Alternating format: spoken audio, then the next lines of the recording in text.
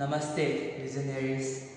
My name is Guru Mayum Tanesh Sharma. I am from class 10 from Ramakrishna Mission School that is in Imphal, Manipur.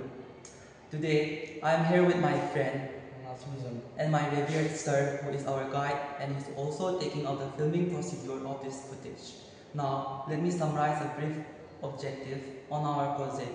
That is, under certain circumstances, children get notorious and they loiter around and the risk of getting drowned in water is high. So to prevent this, we have come up with an innovative idea. From here, the synopsis of our project commences. So we have come up with this innovation idea. Here we will be displaying on how the device works. Here the child is wearing a device. It can be a belt, bracelet or any form of wearable. So the mother will be having a device also that will be come from this device. The alarm will be ring when the child falls on the water. Here he is playing and suddenly falls on the water.